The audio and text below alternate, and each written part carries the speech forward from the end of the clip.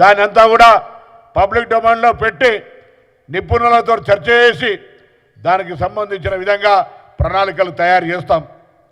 అంతేకాదు రాజకీయంగా బలహీన వర్గాలకు సంబంధించి అనేక రకాల అవకాశాలు ఇచ్చి ఆనాడు కామారెడ్డి డిక్లరేషన్ చైర్మన్గా ప్రదేశ్ కాంగ్రెస్ మేనిఫెస్టో కమిటీ ఇచ్చినటువంటి దాని ప్రకారంగా మరి కార్యక్రమాల్ని ఒక్కొక్కటిగా అమలు చేసుకుంటూ పోతా ఉన్నాం. తప్పకుండా రాబోయే కాలంలో ఒకవేళ చట్టపరంగా ఏదైనా ఇబ్బంది అయితే కేంద్ర ప్రభుత్వంతో కొట్లాడదాం రండి.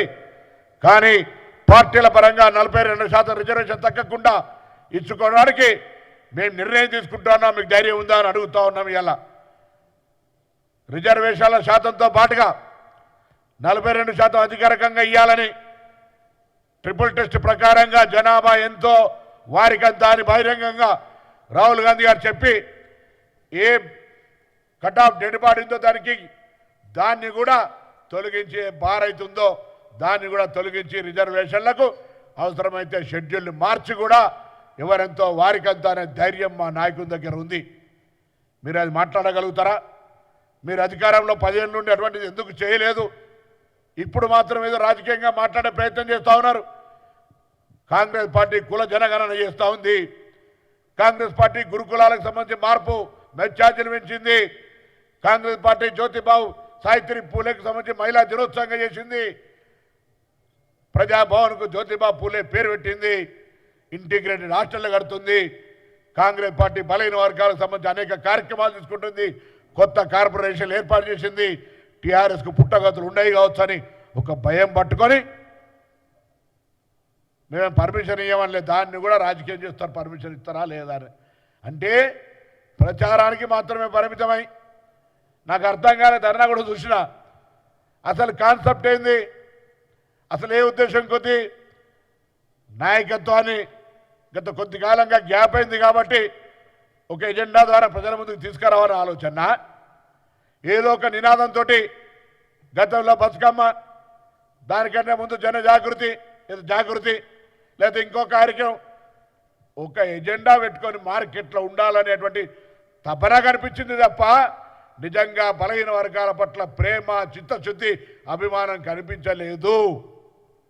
మీ పక్కనే కూర్చుండే కొంత బీసీ ఎంబీసీ నాయకులు వాళ్ళు కూడా గుసగుస పెట్టుకుంటుండే నాదాకిన వస్తుండే, అరే ఇవాళ ఇన్ని రోజులకు మార్పు వచ్చింది ఆ బీసీల గురించి మాట్లాడుతున్నారని.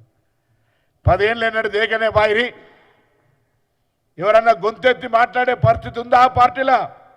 ఇవాళ కూడా ఆ పార్టీ బీసీసీఎల్ చైర్మన్ ఎవరన్నా కనీసం గుర్తుపడతారా? ఆ పార్టీల బీసీలకు ఉన్న గొంతెంతో చెప్పగలుగుతారా? మా పార్టీల బీసీల గొంతుకు సంబంధించి అందరం కూడా ఎక్కడికక్కడ మేము మా వాయిస్ను బరాబర్ వినిపిస్తాం. ఇది ప్రజాస్వామ్యం, మా పార్టీలో ఉన్న స్వేచ్ఛ. కాబట్టి దయచేసి మొసలి కన్నీరు గార్చి బలైన వర్గాలను అవమానపరిచే ప్రయత్నం చేయకండి.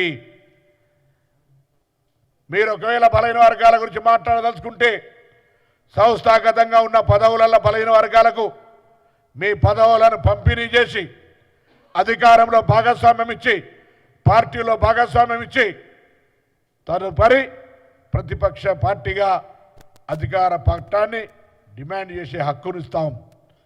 మీరు అధికారంలో ఉన్నప్పుడు చేయరు, మీరు ప్రతిపక్షంలో ఉంటే కూడా బీసీలకు న్యాయం చేయరు, ఎదుటి వాడిని మాత్రం ప్రశ్నిస్తూ ఉంటారు. ఇది ఎక్కడి ధర్మం? ఇది ప్రజలు గమనించాలి. బలైన వర్గాలు వీళ్ళ ఉచ్చులో పడే పరిస్థితి లేదు. బలైన వర్గాల వారికి విజ్ఞప్తి చేస్తా ఉన్నా, ఇలా మీ బిడ్డ ఇక్కడ కూర్చున్నాడు బలైన వర్గాల శాఖ మంత్రిగా.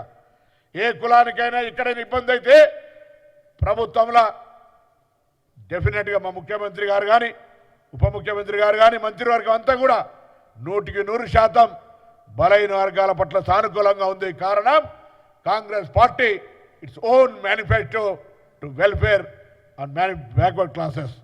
బలైన వర్గాలకు న్యాయం చేయాలనేటువంటి కాంగ్రెస్ పార్టీ మేనిఫెస్టో విధానం మమ్మల్ని అందరినీ కూడా ఆ దిశలో నడిపిస్తుంది. ఇష్టాయిష్టాలతో సంబంధం లే.